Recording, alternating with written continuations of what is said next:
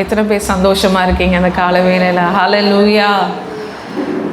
நம்ம அடுத்த வருடத்துக்கு கடந்து போகிறதுக்கு முன்பதாக நாம் நம்முடைய வாழ்க்கையில் என்னென்ன காரியங்களை சரிப்படுத்தி கொள்ள வேண்டும் அப்படின்னு சொல்லி ஆண்டவர் கடந்த நாட்களில் நம்மளோடு கூட பேசி கொண்டு வருகிறார். இன்றைக்கும் செய்தியின் தலைப்பு என்னவென்றால், மரணமும் ஜீவனுமான வார்த்தைகள். ஹல்லேலூயா. எடுத்துக்கொள்வோம் நீதிமொழிகள் 18வது அதிகாரம் 21வது வசனம். மரணமும் ஜீவனும் நாவின் அதிகாரத்தில் இருக்கும், அதில் பிரியப்படுகிறவர்கள் அதன் கனியை புசிப்பார்கள். ஹல்லேலூயா. இந்த வசனத்தில் என்ன சொல்லப்பட்டிருக்குன்னா, மரணமும் ஜீவனும் எங்க இருக்கா? நம்முடைய நாவின் அதிகாரத்தில் இருக்கிறது. ஹல்லேலூயா. அடுத்த பாட்டு சொல்லப்படுகிறது, அதில் பிரியப்படுகிறவர்கள். எதில் பிரியப்படுகிறவர்கள்? மரணத்தில் பிரியப்படுகிறவங்க மரணத்தோட கனியை புசிப்பாங்க. அதுவே ஜீவன் மீது பிரியப்படுகிறவர்கள் ஜீவனின் கனியை புசிப்பார்கள். ஹல்லேலூயா. நம்முடைய நாவல தான் மரணமும் ஜீவனுமான வார்த்தைகள் இருக்கிறது. ஹல்லேலூயா. ஆசீர்வாதம் வேணும்னா ஆசீர்வாதமான வார்த்தைகளை நாம் பேச வேண்டும். சுகமும் ஆசீர்வாதமும் மரணமும் நம்முடைய நாவல தான் கொடுக்கப்பட்டிருக்குது. அப்படிப்பட்டதான அதிகாரத்தை தேவன் நம் நாவல கொடுத்து உள்ளார். ஹல்லேலூயா. நம்முடைய வார்த்தைகள் எப்படி இருக்கிறது என்பதை நம்ம ஆராய்ந்து பார்க்கலாம். இந்த வருஷம் துவங்கினதுலேருந்து இப்போ வரைக்கும் நம்ம அநேக வார்த்தைகளை நம்ம பேசியிருப்போம். இந்த நிமிஷம் வரைக்கும் நம்ம நிறைய வார்த்தைகளை நம்ம பேசியிருப்போம். அந்த வார்த்தைகள் எப்படிப்பட்டதாய் காணப்படுகிறது? நம்ம பேசுகிற வார்த்தைகள் கர்த்தருக்கு பிரியமுள்ளதாய் காணப்படுகிறதா? அவருக்கு ஏற்ற வார்த்தைகளை நாம் பேசி கொண்டிருக்கிறோமா? இல்லை யாராவது மனசை புண்படுத்துகிற மாதிரி நம்ம பேசிட்டோமா? நம்முடைய வார்த்தைகள் எத்தனை பேரை அளவு வச்சிருக்கு? எத்தனை பேரை ஹர்ட் பண்ணியிருக்கு? இல்லை நம்முடைய வார்த்தைகள் மற்றவங்களுடைய வாழ்க்கையை கட்டுவித்ததா இருக்கிறதா? உடைந்து போன உள்ளங்களை தேற்றக்கூடிய வார்த்தைகளை நாம் பேசியிருக்கிறோமா? ஆறுதல் அடையக்கூடிய வார்த்தைகளை நாம் பேசியிருக்கிறோமான்னு கவனித்து பார்க்கும் பொழுது அநேக டைமில் நம்ம என்ன பண்ணியிருப்போம்? வீண் வார்த்தைகளை மாத்திரம்தான் நம்ம பேசி கொண்டு இருப்போம். அப்படி தானே? யூஸ்ஃபுல்லான வார்த்தைகள் நம்ம பேசணும் அப்படின்னா, ஒரு நாளில் நம்ம ஒரு ஃபார் எக்ஸாம்பிள் ஒரு 100 வேர்ட்ஸ் நம்ம பேசுகிறோம் அப்படின்னா அதில் 80 வேர்ட்ஸுமே வீண் வார்த்தைகளாக தான் இருக்கும். 20 வேர்ட்ஸ் தான் எப்படி இருக்கும்? ஏதோ யூஸ்ஃபுல்லான வேர்ட்ஸாக இருக்கும். ஆனால் இன்றைக்கி நம்ம கற்றுக்கொள்ள வேண்டியது என்ன அப்படின்னா, நம்ம வாய்கள்லேருந்து வருகிறதான ஒரு வார்த்தைகளை எப்படி இருக்கணும்னா தேவனை பிரியப்படுத்துகிறதான வார்த்தையாக இருக்க வேண்டும். அந்த வார்த்தை தான் உங்களோட லைஃப்பை டிசைட் பண்ண போகுது. உங்கள் வாழ்க்கை எப்படி இருக்க போகுது என்பதை நாம் பேச போகிற ஒரு வார்த்தையினாலும் தான் நம்மளோட வாழ்க்கையை அது டிசைட் பண்ண போகிறது. ஹல்லேலூயா. நம்ம பேசுகிற வார்த்தைகள் எப்படி இருக்கணும்? விசுவாசம் உள்ள வார்த்தையாக இருக்கணும், ஜீவன் உள்ள வார்த்தையாக இருக்கணும். மரணத்துக்கு ஏதுவான வார்த்தைகளை நாம் பேசக்கூடாது. அது நித்திய ஜீவனை பெற்று தரக்கூடிய வார்த்தைகளாய் காணப்பட வேண்டும். ஹல்லேலூயா. நம்ம பேசுகிற ஒரு வார்த்தையிலையும் நம்ம மிக கவனமாய் இருக்க வேண்டியது மிக அவசியமாக இருக்கிறது. நிறைய பேர் சொல்லி நீங்கள் கேட்டிருப்பீங்க, 3 வகையான வாழ்வு ஒரு மனுஷனுக்கு இருக்குது அப்படின்ட்டு. என்ன? ஃபஸ்ட்டு என்னென்னா, எண்ணம் போல வாழ்க்கை அப்படின்னு சொல்லுவாங்க. ரெண்டாவது, அவங்க பேசுகிற வார்த்தையினாலே அவங்க வாழ்க்கை அப்படி தான் இருக்கும். அவங்க என்ன பேசுகிறாங்களோ அதே தான் அவங்க வாழ்க்கையில் நடக்கும். மூன்றாவது, நம்முடைய செயலின் மூலியமாய் நம்ம வாழ்க்கை இருக்கிறது. ஸோ நம்முடைய வார்த்தைகள் நம்முடைய சுவாபத்தையும் குணாதிசயத்தையும் உருவாக்குன்றதாய் காணப்படுகிறது. நம்ம என்ன பேசுகிறோமோ பாசிட்டிவாக நம்ம வாழ்க்கையில் நம்ம நல்லா இருப்போம், சுகமாக இருப்போம், சுகித்திருப்போம் அப்படின்னு நம்ம பேசணுன்னா நம்ம வாழ்க்கை எப்படி இருக்கோன்னா சுகமாக இருக்கும். ஹல்லேலூயா. சுகித்திருப்போம், ஆசீர்வதிக்கப்படுவோம். அதுவே எனக்கு முடியல, என்னாகுமோ ஏதாகுமோ தெரியல, ஒரு சின்ன பலவீனம் வந்தாலே நான் மறித்து போயிடுவேனோ இல்லை ஏதாவது ஆயிடுமோ அப்படின்னு சொல்லி நெகட்டிவாக நம்ம கன்ஃபர்ஸ் பண்ண என்ன ஆகும் அப்படின்னா நெகட்டிவான காரியங்கள் தான் நம்முடைய வாழ்க்கையில் நடக்கும். நம்ம வார்த்தைகளை நம்ம ஈஸியாக பேசிடுறோம். ஆனால் அந்த வார்த்தைகளை யாரெல்லாம் கவனிக்கிறான்னு பார்த்தீங்கன்னா, பரலோகமும் கவனிக்கிறது நம்ம பேசுகிற வார்த்தையை, பாதாளமும் கவனிக்கிறது. அதே போல் கர்த்தரும் கவனிக்கிறார், சாத்தானும் நம்ம பேசுகிற வார்த்தையை கவனிக்கிறான். அதனால் நம்ம மிக ஜாக்கிரதை உள்ளவர்களாக இருக்க வேண்டும் நம்முடைய வார்த்தையில். ஒருத்தவங்களை நம்ம பார்க்குறோம் அப்படின்னா அவங்கக்கிட்ட என்ன பேசணும் நம்மளுக்கு தெரியாது. இப்போ நம்ம போய் சுவிசேஷம் சொல்ல போகிறோம் அப்படின்னா நம்ம எப்படி அவங்கக்கிட்ட ஸ்டார்ட் பண்ணணும், இல்லை என்ன பேசணும்னு தெரியல அப்படின்னா ஆண்டவர் உங்கள் வாழ்க்கையில் செய்த அற்புதங்களையும் இந்த பைபிளில் எவ்வளோ அற்புதங்கள் ஆண்டவர் செஞ்சுருக்காரு. இந்த உலகத்தில் வந்தபோது அவர் செய்த அற்புதங்கள், அடையாளங்கள் அநேகம். அவங்க வாழ்க்கையில் மட்டும் இல்லை, நம்முடைய வாழ்க்கையில் இன்று வரைக்கும் தேவன் அற்புதம் செய்து கொண்டிருக்கிறார். ஹல்லேலூயா. அந்த அற்புதங்களை, நம்ம வாழ்க்கையில் நடந்த அற்புதங்களையும் அதிசயங்களையும் மற்றவர்களிடத்தில் சொல்லும் பொழுது ஆட்டோமேட்டிக்காக அந்த ஆத்மாவை நம்ம தேவனிடத்தில் கொண்டு வர முடியும். ஹல்லேலூயா. அவங்களிடத்துல உட்கார்ந்து நம்ம வீண் வார்த்தைகளை பேசாமல் ஆண்டவரை பற்றி நம்ம பேசும்போது, அந்த ஆவிக்குரியதான வார்த்தைகளை நம்ம பேசும் பொழுது, ஆவிக்குரியதான கனிகளை நம்ம பேசும் பொழுது என்ன ஆகும் அப்படின்னா அந்த ஆத்மா ரட்சிக்கப்படும். ஹல்லேலூயா. ஸோ நம் பேசுகிற வார்த்தை எப்படி இருக்க வேண்டும்? மிக கனி உள்ளதான வார்த்தையாக இருக்க வேண்டும். ரிசர்ச்சில் சொல்லப்பட்டிருக்கு, ஒரு ஆண் ஒரு நாளைக்கு 15,000 வேர்ட்ஸ் தான் பேசுவானாம். ஆனால் அதுவே ஒரு பெண் என்னென்னா மோர் தென் 16,000 வேர்ட்ஸ் பேசுவாளாம். அப்போ நம்மளோட பெண்களாகிய நம்முடைய வார்த்தைகள் எப்படி இருக்கணும் அப்படின்னா மிக சுருக்கமாக இருக்கணும். என்ன பேசணுமோ, என்ன தேவையோ அதை நம்ம பேசிடணும். தேவையில்லாத வார்த்தைகள் நம்ம நாவிலேருந்து வரக்கூடாது. மற்றவங்களை ஹர்ட் பண்ணுறதான வார்த்தைகள் வரக்கூடாது. அவிசுவாசமான வார்த்தைகள் வரக்கூடாது. சூழ்நிலைகளை பார்த்து நம்ம என்ன பண்ணக்கூடாது? சோர்ந்து போய் தேவையில்லாத நெகட்டிவான வேர்ட்ஸை நம்ம பேசக்கூடாது. நம்ம வாழ்க்கையில் பாசிட்டிவான வேர்ட்ஸை பேசும்போது தான் நம்ம வாழ்க்கையும் பாசிட்டிவாக மாறும். ஹல்லேலூயா. இன்றைக்கும் ஒரு தீர்மானம் நம்ம எடுக்க போகிறோம். இனிமேல் நம்ம பேச போகிற ஒரு வார்த்தைகளும் எப்படி இருக்க வேண்டும் என்றால் விசுவாசமான வார்த்தைகளாக இருக்க வேண்டும். மற்றவர்களோட வாழ்க்கையை கட்டுகிறதான வார்த்தையாக இருக்க வேண்டும். அது சுகத்தை குறித்ததான வார்த்தையாக இருக்க வேண்டும். மெயின் என்கரேஜிங் வேர்ட்ஸாக இருக்க வேண்டும். எவ்வளோ பேர் மோட்டிவேஷ்னல் ஸ்பீக்கர்ஸை ஃபாலோ பண்ணுறாங்க. ஏன் அப்படின்னா அவங்களோட வேர்ட்ஸ் மற்றவங்களை மோட்டிவேட் பண்ணுது. அப்போது எத்தனை நாள் நம்ம மற்ற மனுஷங்களை பின்பற்றி கொண்டு இருக்க போகிறோம்? என்னைக்கு நம்ம மற்றவங்க லைஃப்பை பாசிட்டிவாக இம்பேக்ட் பண்ண போகிறோம்? எப்போ நம்ம மற்ற ஜனங்களுக்காக பாசிட்டிவாக நம்ம பேச போகிறோம்? எப்போ நம்ம என்கரேஜிங் வேர்ட்ஸை நம்ம பேச போகிறோம்? நம்ம பேசும் பொழுது உலக பிரகாரமான மனுஷர்கள் உலக பிரகாரமான காரியங்களை பேசி உலக பிரகாரமான வழியில் ஜனங்களை இழுக்கிறாங்க. ஆனால் கிறிஸ்துவர்களாகிய நாம் ஆவிக்குரிய வார்த்தைகளை நம்ம பேசி அந்த மனுஷனுக்கு என்ன நீட் என்பதை நம்ம பேசி அந்த மனுஷனை தேவனிடத்துல நம்ம எப்படி இழுக்கணும், தேவனிடத்துல எப்படி நம்ம கொண்டு வர வேண்டும் அப்படின்னு சொல்லி அந்த வார்த்தைகளை நாம் பேச வேண்டியது மிக அவசியமாக இருக்கிறது. ஸோ இன்றைக்கும் பார்த்தீங்கன்னா நம்முடைய வார்த்தைகள் எப்படிப்பட்டதாக இருக்க வேண்டும் அப்படின்னு சொல்லி 2 தலைப்பு நான் எடுத்து வந்திருக்கேன். முதலாவது சிருஷ்டிப்பின் வார்த்தையாக இருக்க வேண்டும். ஜான் 1:1. ஸோ யோவான் 1:1 சொல்லப்பட்டிருக்கு, ஆதியிலே வார்த்தை இருந்தது, அந்த வார்த்தை தேவனிடத்தில் இருந்தது, அந்த வார்த்தை தேவனாய் இருந்தது. ஹல்லேலூயா. ஆதியிலே என்ன இருந்தது? வார்த்தை இருந்தது. ஆண்டவர் வார்த்தையை கொண்டு தான் எல்லாவற்றையும் சிருஷ்டித்தார். நம்முடைய வார்த்தை எப்படி இருக்க வேண்டும்? ஏதோ ஒரு காரியத்தை உருவாக்க வேண்டிய ஒரு வார்த்தையாய் காணப்பட வேண்டும். ஹல்லேலூயா. யாரோட ஒரு வாழ்க்கையில் ஏதோ ஒரு காரியத்தை நீங்கள் பேசுகிற வார்த்தையில் அவங்களுக்கு பலவீனம் இருந்தாலும் சரி, அந்த செத்து போன அவயங்களை உயிர்ப்பிக்கக்கூடிய வார்த்தைகள் நம்ம நாவிலேருந்து வர வேண்டும். ஹல்லேலூயா. ஏன்னா அப்படிப்பட்ட அதிகாரத்தை தேவன் நமக்கு கொடுத்து வைத்திருக்கிறார். அநேக நேரத்தில் நம்மளோட வேல்யூ நம்மளுக்கு என்னன்னே தெரியாது. நம்மளே நம்ம ரொம்ப லோவாக நினச்சிட்டு இருப்போம்.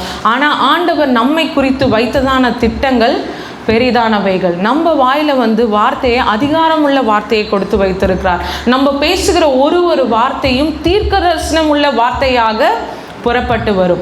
அது எந்தெந்த உள்ளங்கள் உடைந்து போயிருக்கோ, எந்தெந்த உள்ளங்களுக்கு ஆறுதலான வார்த்தைகள் வேண்டுமோ அந்த வார்த்தைகளை தேவன் கொடுக்க வல்லவராக இருக்கிறார். அதற்கு நம்ம என்ன பண்ண வேண்டும் அப்படின்னா ஜெபிக்க வேண்டும். ஜெபித்து இந்த வேதத்தை நம்ம வாசிக்க வேண்டும். இந்த வேதத்தில் இல்லாத சொல்யூஷன்ஸ் எதுவுமே இல்லை. எல்லா பிரச்சனைக்கும் வேண்டியதான சொல்யூஷன் இந்த பைபிளில் இருக்குது. நம்ம ஒரு நாளைக்கு என்ன செய்யணும், எப்படி மற்றவர்களிடத்துல பேசணும், எப்படி பேசக்கூடாது, என்ன செய்யணும், என்ன செய்யக்கூடாது, டூஸ் அண்ட் டோன்ட்ஸ் எல்லாமே இந்த பைபிளில் இருக்கு. இந்த வேதத்துக்கு நம்ம முக்கியத்துவம் கொடுக்க என்ன ஆகும் அப்படின்னா இது நம்மை உருவாக்கும். ஹல்லேலூயா. நம்மை உருவாக்கும் பொழுது நம்ம புதிய சிருஷ்டியாய் மாறுவோம். மற்றவங்களோட வாழ்க்கையில புதிய காரியத்தை சிருஷ்டிக்கும்படியாக கர்த்தர் நமக்கு கிருபை கொடுப்பார். அது மாதிரியான வார்த்தைகளை பேசும்படி தேவன் கிருபை கொடுப்பார். ஹல்லேலூயா. அதனால நம்ம வாழ்க்கையில என்ன மறந்தாலும் காலையில எழுந்தோன்னே இந்த வேதத்தை நம்ம வாசிக்கணும். இந்த வேதத்தை வாசிக்க தான் நம்ம இதை கரெக்ட் பண்ணி கொண்டு இருக்கோம். நம்ம யார்கிட்டையுமே போய் என்ன நம்ம சரி பண்ணிக்கொள்ளணும்னு கேட்க தேவையில்லை. இந்த வேதத்தை எடுத்து படித்தாலே இதுவே சொல்லிவிடும் நம்ம என்னென்ன காரியங்கள் சரிப்படுத்தி கொள்ளணும், சரிப்படுத்தி கொள்ள வேண்டாம் அப்படின்னு சொல்லிட்டு இந்த வேதம் நம்மளுக்கு கற்றுக் கொடுக்கும். எவ்வளோ நேரத்தை நம்ம வந்து வீணடிக்கிறோம். இந்த வருஷத்தை எடுத்துக்கொண்டோன்னா நிறைய நேரத்தை நம்ம வீணடிச்சிட்டோம். ஜெபிக்காமல் வேஸ்ட் பண்ணிட்டோம், பைபிள் வாசிக்காமல் வேஸ்ட் பண்ணிட்டோம். இந்த வருஷத்தின் கடைசியில் நம்ம என்ன தீர்மானம் பண்ண போகிறோன்னா, ஆண்டவரே இந்த வருஷத்தில் எவ்வளோ டைம் நான் வேஸ்ட் பண்ணணும், அடுத்த வருஷம் அது டபுள் போர்ஷனாக நான் வந்து இது திருப்பி நான் கொடுக்க எனக்கு ஹெல்ப் பண்ணுங்கள். நான் நிறைய இந்த வேதத்தை வாசிக்கணும். ஏன்னா மறைப்பொருளை தேவன் நம்மளுக்கு வெளிப்படுத்துகிற தேவனாக இருக்கிறார். ஹல்லேலூயா. இதில் புதையல் வந்து மறைஞ்சிருக்கு. நீங்கள் எவ்வளோ தாகத்தோடு ஆண்டவர் இடத்துல நீங்கள் கேட்குறீங்களோ, ஆண்டவரே இதில் இருக்கிறதான மறைப்பொருளை எனக்கு வெளிப்படுத்தி காமிங்க அப்படின்னு நம்ம கேட்கும் பொழுது தான் என்ன ஆகும் அப்படின்னா, ஆண்டவர் இதில் இருக்க பொக்கிஷங்களை வெளிப்படுத்த வல்லவராக இருக்கிறார். நான் அநேக ஊழியக்காரங்க வந்து சாட்சி கொடுத்து கேட்டிருக்கேன். நிறைய ஊழியக்காரங்களுக்கு படிப்பறிவு இருக்காது. அவங்க எப்படி நாங்கள் பைபிள் படிக்கணுன்னே எங்களுக்கு தெரியாது, தமிழே எங்களுக்கு படிக்க தெரியலன்னு சொல்லுவாங்க. ஆனால் அவங்க சொன்ன காரியம் என்ன தெரியுமா? அவங்க ஊழியம் செய்யணும்னு அவங்களுக்கு வாஞ்சு இருந்தது, தாகம் இருந்தது. அவங்க தேவனுடைய சமூகத்தில் போயிட்டு முழங்கால் படிக்கிட்டு கேட்பாங்களாம், ஏசப்பா எனக்கு யாருமே கற்றுக் கொடுக்க வேணாம், நீங்கள் எனக்கு கற்றுக் கொடுங்க. நான் எப்படி வந்து இந்த வேதத்தை வாசிக்கணும், இந்த வேதத்தை குறித்து நான் எப்படி நான் பேச வேணும், நீங்கள் செய்த அற்புதங்களையும் அடையாளங்களை நான் எப்படி நான் மற்ற ஜனங்களுக்கு சொல்லி உங்களுடைய இடத்துல அந்த ஆத்மாவை நான் எப்படி சேர்க்க வேண்டும் என்று சொல்லி அவங்க முழங்கால் படிட்டு தேவனிடத்தில் கேட்ட பொழுது அந்த சகோதரருக்கு என்ன பண்ணார் ஆண்டவர்? எல்லாவற்றையும் ஒரு குழந்தைக்கு நம்ம எப்படி வந்து டீச் பண்ணுறோமோ, பேசிக்லேருந்து எப்படி நம்ம டீச் பண்ணுறோமோ, அதே போல் தேவன் வந்து அந்த ஊழியக்காரருக்கு எல்லாவற்றையும் சொல்லி கொடுத்தார். அவர் ஒரு வசனமும் சொல்ல சொல்ல எங்களுக்கே ஆச்சரியமாக இருந்தது. நம்மளுக்கே அவ்வளோ வசனங்கள் மனப்பாடமாக தெரியாது. ஆனால் இந்த பைபிளில் இருக்க எல்லா இன் அண்ட் அவுட் உள்ள வசனங்கள் எல்லாவற்றையும் அவர் வந்து மனப்பாடமாக சொல்கிறார். அவர் சொன்னது என்னென்னா, தேவன் எனக்கு கற்றுக் கொடுத்தாரு. நம்மளுக்கு படிப்பறிவு இல்லைன்னு நம்ம வந்து ஈஸியாக சொல்லிவிட்டு அவங்கள அசால்ட்டாக நினச்சிட்டு போயிடுறோம். ஆனால் தேவன் ஒரு மனுஷனை தெரிந்து கொண்டார் அப்படின்னா அவர் யூஸ் பண்ணுறது லெவல் வந்து வேறு லெவல் தான். அதனால் ஆண்டவரை நம்ம சார்ந்து கொள்ளும் பொழுது அவருடைய சமூகத்தில் போய் நம்ம உட்காந்துடணும். நம்ம இதெல்லாம் படித்தோன்னா நிறைய வசனங்கள் நம்மளுக்கு புரியாது. அதுக்கு பின்னாடி பேக்ரவுண்ட் என்ன இருக்குது, இது ஆக்சுவல் மீனிங் என்ன அப்படின்னு சொல்லி எதுவுமே நம்மளுக்கு சில டைமில் புரியாது. ஆனால் ஆவியானவருடைய ஒத்தாசையில் நம்ம படிக்கும் பொழுது ஆண்டவர் வந்து என்ன பண்ணுறார் அப்படின்னா மறைப்பொருளை வெளிப்படுத்துகிற தேவனாக இருக்கிறார். அதே போல் தான் சிருஷ்டிப்பின் வார்த்தைகள் அப்படின்னா, ஆதியிலே வார்த்தை இருந்தது, அந்த வார்த்தை தேவனாக இருந்தது. வார்த்தை தான் என்னது? ஆண்டவரை தான் வார்த்தை வந்து குறிப்பிடுகிறது. ஹல்லேலூயா. ஆண்டவர் வந்து ஆதியாகமத்தில் எடுத்துக்கிட்டீங்க அப்படின்னா ஒரு காரியமும் உண்டாக கடவுது, வெளிச்சம் உண்டாக கடவுதுன்னு சொன்னார். அநேக காரியங்களை சிருஷ்டித்தது எதன் மூலியமா அப்படின்னா வார்த்தையின் மூலியமாக தான். அப்போது அந்த வார்த்தையில் எவ்வளோ பவர் இருக்குன்னு பாருங்கள். ஆண்டவர் வார்த்தையின் மூலயமா சிருஷ்டித்தனால தான் வந்து எல்லா காரியங்களும் நடந்தது. நம்ம பேசுகிற ஒரு காரியங்களும் இனிமேல் நம்ம வாழ்க்கையில் புதிய காரியத்தை சிருஷ்டிக்கப்பட வேண்டும். ஹல்லேலூயா. மற்றவர்களுடைய வாழ்க்கையில் புதிய காரியங்கள் சிருஷ்டிக்கப்பட வேண்டும். ஹல்லேலூயா. அதனால் ஆண்டவரிடத்துல உதவி நம்ம கேட்டு என்ன பண்ண போகிறோம்? புதிய காரியங்களை நம்ம பேச போகிறோம். ஒரு சிருஷ்டிப்பின் வார்த்தைகளை நாம் பேச போகிறோம். ஹல்லேலூயா. அதே போல் புதிய ஏற்பாடில் பார்த்தீங்க அப்படின்னா ஆண்டவருடைய வார்த்தைகள் குணமாக்கினது. அது சிருஷ்டிப்பின் வார்த்தையை மாத்திரமல்ல, ஒரு குணமாக்குகிறதான ஒரு வார்த்தையாகவும் காணப்பட்டது. ஹல்லேலூயா. எவ்வளோ வியாதியஸ்தர்கள் சுகமடைந்தார்கள். பெரும்பாடுள்ள ஸ்திரீயை ஆண்டவர் பார்த்து சொன்ன உடனே அந்த பெரும்பாடு நின்று போயிட்டு. ஹல்லேலூயா. பெதஸ்தா குளத்தருகே படுத்திருந்த அந்த சப்பானிக்கு என்னாச்சு? சுகம் கிடைத்தது. அவர் சொன்ன ஒரு வார்த்தையும் சுகத்தை கொண்டு வந்தது. மரித்து போன லாசருவை வார்த்தையை சொல்லி உயிரோடு எழுப்பினார். ஹல்லேலூயா.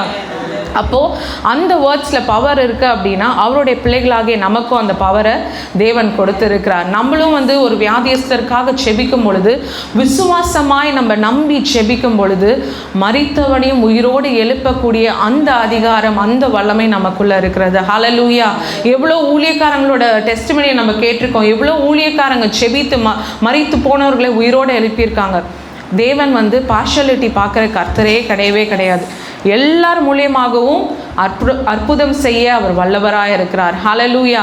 இன்றைக்கும் ஆண்டவரிடத்தில் நம்ம கேட்க போகிறோம், ஆண்டவரே இப்போ வரப்போகிற நாட்களில் எங்களோட வார்த்தை எப்படி இருக்க வேண்டும் என்றால், எங்கள் வாயிலிருந்து புறப்படுகிற ஒரு வார்த்தையும் அது குணமாக்குகிற வார்த்தையாக இருக்க வேண்டும். மற்றவருடைய வாழ்க்கையில் பாசிட்டிவான ஒரு இம்பேக்ட் அது தரணும். இசப்பா, நாங்கள் எதுவும் நெகட்டிவான காரியங்களை நம்ம பேசவே கூடாது அப்படின்னு சொல்லி நம்ம இன்னைக்கு ஒரு முடிவு எடுக்க போகிறோம். இன்னைக்கு நம்ம முடிவு எடுத்து இதை நம்ம செய்யும் போது என்ன ஆகும் அப்படின்னா, ஆண்டவர் கிரியை செய்ய வல்லவராக இருக்கிறார். அடுத்த வசனம் சொல்லுகிறது, அந்த வார்த்தை மாம்சமாகி அப்படின்னு.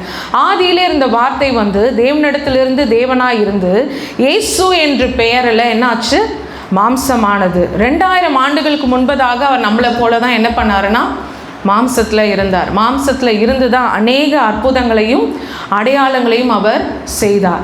ஏன் அந்த வார்த்தை மாம்சமானது அப்படின்னு பார்த்தீங்கன்னா, ஏன்னா ஆண்டவர் நம்ம கூட வாசம் பண்ணுகிறதற்காக அந்த வார்த்தை மாம்சமானது. ஹல்லேலூயா. அந்த வார்த்தை மாம்சமாகி கிருபையினாலும் சத்தியத்தினாலும் நிறைந்தவராய் நமக்குள்ளே வாசம் பண்ணினார் அப்படின்னு சொல்லி வசனம் சொல்லுகிறது. நமக்குள்ளே அவர் வாசம் பண்ணுகிறதற்காக இது ஒரு அடையாளமாக என்ன பண்ணார், அவர் மாம்சமாக இந்த உலகத்துக்கு வந்தார். அந்த அடையாளத்தின் காரணமாய் தான் இந்த வசனம் சொல்லப்பட்டிருக்கு. இயேசு அப்பத்தை எடுத்தார், அதை பிட்டு, இதை வாங்கி புசியுங்கள், இது உங்களுக்காக பிற்கப்படுகிற என்னுடைய சரீரமாய் இருக்கிறது என்றார். அப்படியே திராட்சரசத்தையும் எடுத்து இதிலே பானம் பண்ணுங்கள், இது உங்களுக்காக சிந்தப்படுகிற புது உடன்படிக்கையின் ரத்தமாய் இருக்கிறது என்றார். ஸோ தேவனுடைய ஒவ்வொரு வார்த்தையும் என்ன இருக்குன்னா, அந்த வார்த்தையை வாங்கி புசிக்க புசிக்க புசிக்க புசிக்க என்ன ஆகும்னா, நம்ம வாழ்க்கையில் இருக்க சாபங்கள் மாறும். ஹல்லேலூயா. நம்ம வாழ்க்கையில், நம்ம சரீரத்தில் செத்து போனதான அவயங்கள் உயிர்ப்பிக்கப்படும். ஹல்லேலூயா. செத்து போன ஆவிக்குரிய வாழ்க்கைகள் உயிர்ப்பிக்கப்படும். அநேக காரியங்கள் நமக்குள்ள செத்து போனது இருக்கு.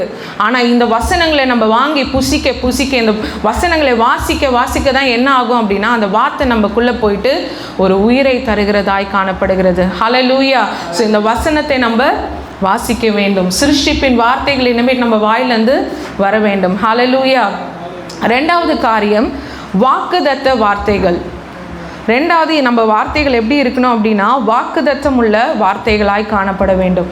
2 கொரிந்தியர் 1வது அதிகாரம் 20வது வசனம்.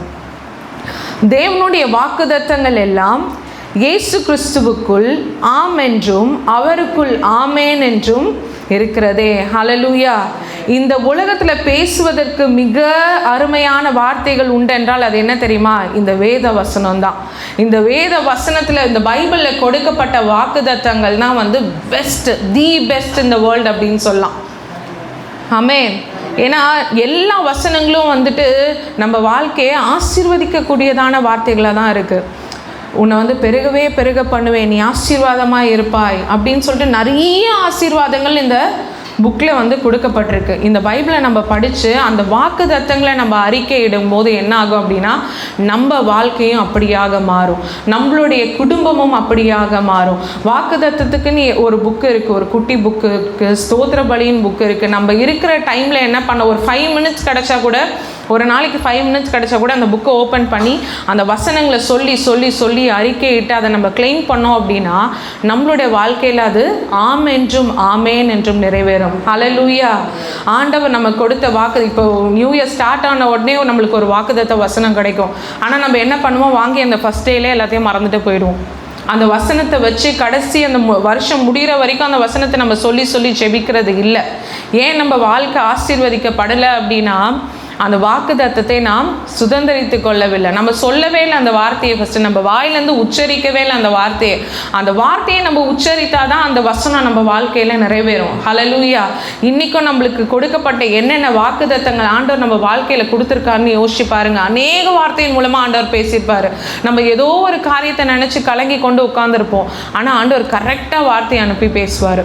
அந்த வார்த்தைகள்லாம் அன்னையோடு நம்ம மறந்துடுவோம். ஆனால் அப்படிப்பட்ட வார்த்தைகளை சொல்லி சொல்லி நம்ம செபிக்கும் பொழுது, பலவீனமாக இருக்கும் போது நம்ம என்ன வார்த்தையை சொல்லி செபிக்கணும்னு இந்த பைபிளில் இருக்குது. அதே போல் துக்கமாக இருக்கும் போது என்ன வார்த்தைகளை சொல்லி செபிக்கணும்னு இருக்குது. அந்த வார்த்தைகளை சொல்லி நமக்கும் நம்முடைய குடும்பத்துக்கும் மற்றவர்களுக்கும் ஜெபிக்கும் பொழுது தேவன் அற்புதத்தை செய்ய வல்லவராக இருக்கிறார். ஹல்லேலூயா. ஏன்னா ஆண்டவர் வார்த்தையை அனுப்பி தான் குணமாக்கினார். சும்மா ஏனோதானோன்னு ஏதோ ஒரு வார்த்தையை சொல்லலை, அதிகாரம் உள்ள வார்த்தையை சொன்னார். ஹல்லேலூயா. நம்முடைய வார்த்தைகளும் அப்படியாக தான் இருக்க வேண்டும். ஸோ மற்றொரு இடத்துல வீண் வார்த்தைகளை பேசிவிட்டு நம்ம என்ன செய்யணும் அப்படின்னா, அவர் செய்த அற்புதங்களையும் அடையாளங்களையும் மற்றவர்களுக்கு நாம் சொல்ல வேண்டும். திடனற்றவர்களை திடப்படுத்துகிற வார்த்தையை நாம் பேச வேண்டும். கர்த்தருடைய வார்த்தையை நம்ம என்ன பண்ணுதுன்னா, பாவத்தில் விழாதபடி நம்மை மீட்டு கொள்ளுகிற வசனமாக இருக்கிறது. ஹல்லேலூயா. என்னோட சபையில் பார்த்தீங்கன்னா, நான் இருந்த சபையில் சாம் ஜெபத்ரி அங்கிள் உங்கள் எல்லாருக்குமே தெரியும். அவரோட டெஸ்டிமனி என்னென்னா, அவரோட லைஃப்பில் அவர் நல்லா வாழ்ந்துட்டுருக்கும் போது அவருக்கு பக்கவாதம் வந்துருச்சான். பக்கவாதம் வந்தோடனே ஆண்டவர் அதுக்கு முன்பதாக அவர்கிட்ட பேசினது என்னென்னா, நீ நிறைய புக்ஸ் எழுதுவ, உன்னை ஊழியத்தில் எடுத்து பயன்படுத்துவேன் அப்படின்னு ஆண்டவர் சொல்லியிருக்கார்.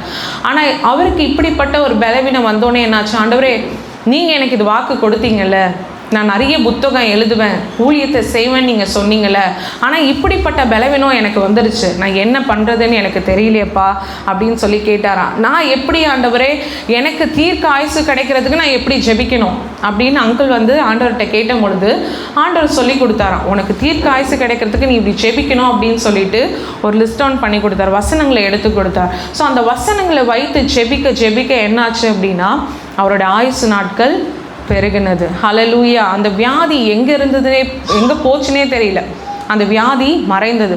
அதே போல் நம்ம கொஞ்சம் வயசானாலே ஏதோ ஒரு பலவீனம் வந்துச்சுன்னா கொஞ்ச நாள் தான் நம்ம இருப்போம் அப்படின்னு சொல்லி நம்மளே டிசைட் பண்ணாமல் என்ன பண்ணோம் அப்படின்னா, தீர்க்க ஆயுசை பெற்றுக்கொள்கிறதுக்கு என்ன மாதிரி வசனங்களை சொல்லி நாம் ஜெபிக்க வேண்டும் அப்படின்னு சொல்லி பார்த்து நம்ம என்ன பண்ணோம், ஜெபிக்க வேண்டும். அந்த வசனங்களை சொல்லி சொல்லி ஜெபிக்கும் பொழுது நம்முடைய ஆயுசு நாட்களை தேவன் கூட்டி கொடுக்க வல்லவராக இருக்கிறார். அதே போல தான் இந்த ஊழியக்காரருடைய வாழ்க்கையில் ஆயுசு நாட்களை கூட்டி கொடுத்தனால தான் அவர் அநேக புக்ஸை எழுதி அநேகருக்கு இன்னைக்கு அந்த புத்தகங்கள் பிரயோஜனமாய் காணப்படுகிறது. அவர் கொடுத்ததான மெசேஜ் அநேகருக்கு பிரயோஜனமாய் காணப்படுகிறது. இந்த உலகத்தில் நாம் ஏன் வாழ்கிறோம் அப்படின்னு சொல்லி யோசிச்சு பார்க்க வேண்டும். ஏதோ ஒரு பர்பஸ்க்காக ஆண்டவர் ஒரு நோக்கம் இல்லாமல் நம்மளை உருவாக்கலை, இந்த உலகத்துக்கு அனுப்பலை. அப்போ ஆண்டவர் இடத்துல நாம் கேட்க வேண்டியது என்னவென்றால், ஆண்டவரே நீங்கள் என்ன நோக்கத்துக்காக என்ன இந்த உலகத்துக்கு அனுப்புனீங்க, எந்த நோக்கத்துக்காக என்ன நீங்கள் உருவாக்குனீங்க? இவ்வளோ நாட்கள் நம்ம ஒரு யூஸே இல்லாதது போல வாழ்ந்து கொண்டு இருப்போம். அவரோட அழைப்பை தெரியாமலே நம்ம என்ன அழைப்பு நம்ம மேலே ஆண்டவர் வைத்திருக்கிறார் என்று தெரியாமல் வாழ்ந்து கொண்டு இருப்போம். ஆனால் இன்னைக்கு ஆண்டவர் இடத்துல நம்ம என்ன கேட்க போகிறோம் அப்படின்னா, ஆண்டவரே என்ன குறித்து என்ன சித்தம் வச்சுருக்கீங்க இசப்பா, நான் என்ன செய்யணும், அடுத்ததான் நான் என்ன செய்யணும் ஊழியத்தில்? ஏன்னா இவ்வளோ நாள் உலக பிரகாரமான காரியங்களை குறித்து நம்ம பேசி கவலைப்பட்டு கொண்டு வந்துட்டோம். அதனால நம்மளுக்கு எந்த யூஸ்மே கிடையாது. ஆனால் ஆவிக்குரிய விதத்தில் நம்ம செய்ய வேண்டிய வழிகள் நம்ம செய்ய வேண்டிய காரியங்களை நம்ம செய்ய வேண்டிய அளவுக்கு ஊழியம் நம்ம போய் நிறைய ஆத்துமாக்கள் அழிந்து கொண்டு இருக்கிறது, அந்த ஆத்துமாவை போய் நம்ம இன்னும் சந்திக்காமல் இருக்கிறோம். ஸோ ஊழிய காரியத்தில் நம்ம அடுத்து என்ன செய்ய வேண்டும், என்னென்ன காரியங்களை நாங்கள் சீர்படுத்தி கொள்ள வேண்டும். ஆண்டவர் சொல்கிறாரு, உங்கள் சீர்கேடுகளை குணமாக்குவேன் அப்படி சொல்கிறார். நம்மளோட வாழ்க்கையில் அநேக சீர்கேடுகள் இருக்குது, நம்மளோட குடும்பத்தில் சீர்கேடுகள் இருக்குது. இன்றைக்கி ஆண்டவருடைய சமூகத்தில் உட்காந்து நம்ம கேட்க போகிறது என்னென்னா, ஆண்டவரே நான் என்ன செய்யணும், நான் எப்படிப்பட்டதான வார்த்தைகளை பேச வேண்டும், நான் எப்படிப்பட்டதான ஊழியத்தை செய்ய வேண்டும், என்ன குறித்து என்ன சித்தம் நீங்கள் வச்சுருக்கீங்க, என்ன குறித்து என்ன நோக்கம் வச்சுருக்கீங்க, நான் அடுத்து என்ன செய்யணும் அப்படின்னு சொல்லி ஆண்டவருடைய சமூகத்தில் உட்கார்ந்து நம்ம கேட்கும் பொழுது ஆண்டவர் அந்த நாளைக்குரியதான காரியங்களை நமக்கு சொல்லுவார். ஒரு நாளைக்கு நம்ம எழுந்தோம் அப்படின்னா அந்த காலையில் எந்த மனுஷனும் பார்க்குறதுக்கு முன்பதாக ஆண்டவர் சமூகத்தில் போய் நம்ம உட்காந்துடணும். எந்த சத்தமும் இல்லாத நேரத்தில் ஆண்டவர் சமூகத்தில் உட்கார்ந்து இந்த பூமிக்குள்ளாக நம்ம கடந்து போகிறதுக்கு முன்பதாக ஆண்டவர் சமூகத்தில் நம்ம உட்காந்துட்டு அந்த நாளை செலவழித்து போனோம்னு வச்சுக்கோங்களேன், அந்த நாள் பெஸ்ட்டாக முடியும். ஆனால் நம்ம ப்ரேயர் பண்ணாமல் நம்ம போயிட்டு நிறைய டைம் நான் பார்த்துருக்கேன், ப்ரேயர் பண்ணாமல் அந்த டே நான் ஸ்டார்ட் பண்ணிட்டேன் அப்படின்னா அந்த டே நல்லாவே இருக்காது, நல்லாவே எண்டும் ஆகாது, செய்கிற எல்லா காரியங்களையும் ஃபெயிலியர்ஸ் தான் இருக்கும். அதுவே நம்ம ஜெபித்து அந்த நாளை துவங்கும் பொழுது ஆண்டவரிடத்தில் ஞானத்தை கேட்டு இந்த நாளில் நான் என்னென்ன மனுஷனெல்லாம் பார்க்க போகிறேனோ அந்தந்த மனுஷங்கக்கிட்ட எப்படி பேசணும், ஆண்டவரே என்னென்ன காரியங்கள் நான் செய்யணும், எந்த இடத்துக்கு இன்றைக்கி என்னை அனுப்ப போகிறீங்க இசப்பா, என்ன ஊழியத்தை நான் செய்யணும், பார்க்குற ஏதோ ஒரு மனுஷனை நான் பார்க்குறேன்னா அந்த மனுஷனை எப்படி உங்கள் இடத்துல நான் கூட்டிகிட்டு வர்றது, இன்றைக்கி ஒரு ஆத்துமாவை நான் உங்கள் பரலோக ராஜ்யத்தில் சேர்த்துடணும் அப்படின்னு சொல்லி ஆண்டவரோட பாதத்தில் உட்கார்ந்து நம்ம கேட்கும் பொழுது ஆண்டவர் நம்மளுக்கு கற்றுக் கொடுக்க வல்லவராக இருக்கிறார். என்ன வார்த்தைகளை பேச வேண்டும் என்றும் கற்றுக் கொடுப்பார். ஹல்லேலூயா. நிறைய பேருக்கு நிறைய காரியங்கள் செய்யணும் நம்மளுக்கு ஆசை இருக்கும். நம்ம பிரசங்கிக்கணும், பாட்டு பாடணும், பாட்டு எழுதணும், எவ்வளோ ஆசைகள் இருக்குது. ஆனால் என்னென்னா நம்ம செய்ய வேண்டிய முயற்சியை நம்ம செய்கிறது இல்லை. நம்ம போய் ஆண்டவர்கிட்ட கேட்குறது இல்லை. நம்ம கேட்டோன்னா என்ன பண்ணுவார்? கொடுப்பார். அவர் கொடுக்கிற தேவன். கொடுக்க மாட்டேன்னு என்றைக்குமே அவர் சொல்லவே மாட்டார். நம்ம எவ்வளோ தாகத்தோடு ஆண்டவர் இடத்துல கேட்குறோமோ அதுக்கேற்ற பலனை நாம் அடைவோம். ஹல்லேலூயா. இன்றைக்கும் என்னோட டாபிக் இது 2 தான். ஸோ இன்றைக்கி நம்ம என்ன கற்றுக்கொள்கிறோம் அப்படின்னா, விசுவாசம் உள்ள வார்த்தைகளை நாம் அறிக்கையிட வேண்டும். சிருஷ்டிப்பின் வார்த்தைகளை நாம் அறிக்கையிட வேண்டும். வாக்குத்தத்தங்களை ஆண்டவர் கொடுத்து உள்ளார். அந்த வாக்குத்தத்த வசனங்களை நாம் சொல்லி சொல்லி செபிக்க வேணும். ஒரு நாள் வாக்குத்தத்தங்களை சொல்லி சொல்லி சொல்லி செபிக்கும் பொழுது அந்த வாக்குத்தத்தத்தை நம்ம வாழ்க்கையில் கிளைம் பண்ண முடியும். ஸோ வீணான வார்த்தைகளை விட்டு விட்டு பரத்துக்குரிய வார்த்தைகளை நாம் பேசுகிறவர்களாய் காணப்பட வேண்டும். இன்றைக்கும் ஆண்டவரிடத்தில் நம்ம கேட்க போகிறோம், இப்படிப்பட்ட வார்த்தைகளை நாங்கள் பேசணும். இவ்வளோ நாள் என்னென்னவோ வார்த்தைகளை நாங்கள் பேசிட்டோம். ஆண்டவரே எங்களை நீங்கள் மன்னிச்சிருங்க. நிறைய நேரத்தில் ஆண்டவரோட நாமத்தை தூஷிக்கிற மாதிரியும் நம்ம பேசியிருப்போம். அவரை துக்கப்படுத்துகிறதான வார்த்தைகளை நாம் பேசியிருப்போம். நமக்கே தெரியாது, தெரியாமலும் அப்படிப்பட்ட வார்த்தைகளை நம்ம பேசி கொண்டு இருந்தோம். ஆனால் இன்றைக்கி அதற்கு எல்லாவற்றுக்கும் மன்னிப்பு கேட்டுவிட்டு, ஆண்டவரே இனிமேட்டு நாங்கள் ஒரு வார்த்தை பேச போகிறோன்னா அது உண்மை பிரியப்படுத்துகிற வார்த்தையாய் காணப்பட வேண்டும். மற்றவர்களுடைய வாழ்க்கையை கட்டி எழுப்புகிற வார்த்தையாய் காணப்பட வேண்டும். அது சுகமளிக்கிற வார்த்தையாய் காணப்பட வேண்டும். தீர்க்கதரிசனமான வார்த்தைகள் தான் என் நாவிலிருந்து கடந்து வரணும். எந்த நெகட்டிவ் கன்ஃபெஷன்ஸும் நாங்கள் கொடுக்கவே கூடாது அப்படின்னு சொல்லி தான் நம்ம ஜெபிக்க போகிறோம். நம்ம ஜெபித்தோம் அப்படின்னா ஆண்டவர் அதை செய்ய வல்லவராக இருக்கிறார். ஹல்லேலூயா, ஹல்லேலூயா. அப்படி கண்களை மூடி நாம் ஜெபிக்க போகிறோம். ஹல்லேலூயா. ஆண்டவரே அப்பா, இந்த வார்த்தையின் மூலமா எங்களோட பேசினதற்காக நன்றி. இந்த நேரத்தில் அப்பா எங்களை நாங்கள் ஆராய்ந்து பார்க்குறோம். நாங்கள் என்னென்ன வார்த்தைகள்லாம் பேசியிருந்தோமோ, உமக்கு பிரியமில்லாத அநேக வார்த்தைகளை நாங்கள் பேசியிருக்கோம். ஏசப்பா, வீண் வார்த்தைகளை அலப்பி கொண்டு இருந்திருக்கோம். அதை நீங்கள் மன்னிங்க. நாங்கள் என்னென்ன வார்த்தைகள் பேச வேண்டும், எப்படி பேச வேண்டும் என்ற ஞானத்தை எங்களுக்கு கொடுப்பீராக. இந்த வேதத்தை நாங்கள் அனுதினமும் வாசித்து இதன்படி நடக்க தேவன் எங்களுக்கு கிருபை செய்வீராக. அப்பா, இந்த வேதத்தில் மறைந்திருக்கிறதான மறைப்பொருளை தேவன் வெளிப்படுத்துவீராக. உம்முடைய ராஜ்யத்துக்கு ஏற்றவர்களாய் தகப்பனே எங்களை உருவாக்குவீராக. தகப்பனே ஆண்டவரே, எங்களோடு கூட இருந்து எங்களை வழி நடத்துங்க. நீங்கள் ராஜா ஆண்டவரே, நாங்கள் இந்த பூமியில் வருகிறதுக்கு என்ன நோக்கமோ அந்த நோக்க அந்த சித்தத்தையும் தேவன் நிறைவேற்றும்படியாய் நாங்கள் செபிக்கிறோம். எங்களை குறித்து என்ன திட்டம் வைத்திருக்கிறீரோ ஏற்ற நேரத்தில் ஏற்ற காலத்தில் அந்த திட்டங்கள் நிறைவேறட்டும் அப்பா. ஏற்ற சமயத்தில் அந்த திட்டங்கள் நிறைவேறட்டும் தகப்பனே. என் தேவன் எங்களை ஆசீர்வதிக்க போகிறதுக்காக நன்றி செலுத்துகிறோம். எங்கள் எல்லா வார்த்தைகளும் ஆசீர்வாதத்துக்குரிய வார்த்தைகளாய் காணப்படுகட்டும். அவிசுவாசமான வார்த்தைகளை நாவிலிருந்து வராதபடிக்கு தேவன் பாதுகாத்து கொள்ளுங்க. ஆண்டவரே, உங்கள் கரத்தில் ஒப்பு கொடுக்கிறோம். நீங்க மகிமைப்படுங்க. இயேசுவின் நாமத்தில் செபிக்கிறோம் நல்ல பிதாவே, ஆமென்.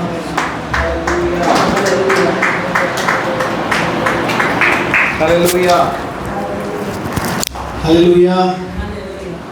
மரணமும் ஜீவனும்